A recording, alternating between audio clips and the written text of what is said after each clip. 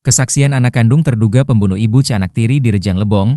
Lihat langsung kejadian. Anak kandung terduga pelaku pembunuhan ibu dan anak tiri di Rejang Lebong, Bengkulu, mengungkap kesaksian mengejutkan. Ternyata anak kandung terduga pelaku menyaksikan langsung kebrutalan ayahnya menghabisi ibu tiri dan saudara tiri perempuannya. Kini remaja berinisial ID, 13, itu menjadi saksi kunci akan kekejaman ayahnya inisial GU, 42, terhadap ibu tiri dan saudara tirinya itu. Ia melihat langsung aksi pembunuhan yang dilakukan sang ayah meskipun tidak secara penuh. Dari cerita yang disampaikan anak tersebut, pada awalnya terjadi keributan antara ayahnya dengan I Setia, 42, ibu tirinya itu pada Rabu 30 April 2025. Selanjutnya, ia melihat ayahnya memukul ibu tirinya itu. Namun saat itu, gadis remaja ini tidak mengetahui sang ayah memukul dengan menggunakan sajam jenis parang dan hanya melihat kayunya saja. Usai memukul ibu tirinya, ayahnya kemudian memasuki kamar saudari tirinya yakni Gaidah Marwa Wijaya, 14. Melihat itu, gadis kecil ini langsung ketakutan dan berlari keluar rumah. Ia berlari meminta pertolongan oleh warga sekitar. Sayangnya warga sekitar hanya menyangka peristiwa yang terjadi pada hari itu berupa pertengkaran rumah tangga biasa. Tak lama dari itu,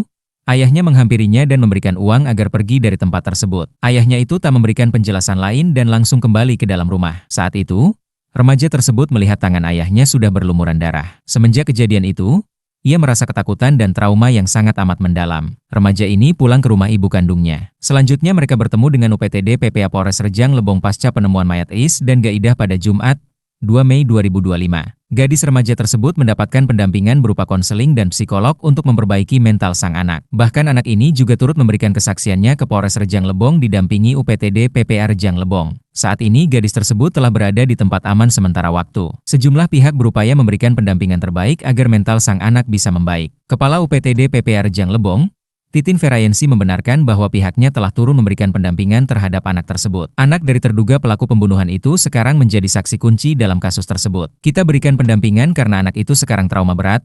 Ia menyaksikan meskipun tidak melihat secara jelas perbuatan ayahnya itu, kata Titin. Titin mengatakan, kondisi anak tersebut sekarang sangat merasa ketakutan dan trauma berat. Anak tersebut tak menyangka ibu dan saudari tirinya meninggal dunia dengan cara yang kejam. Apalagi dia itu melihat saat ayahnya memukul ibunya.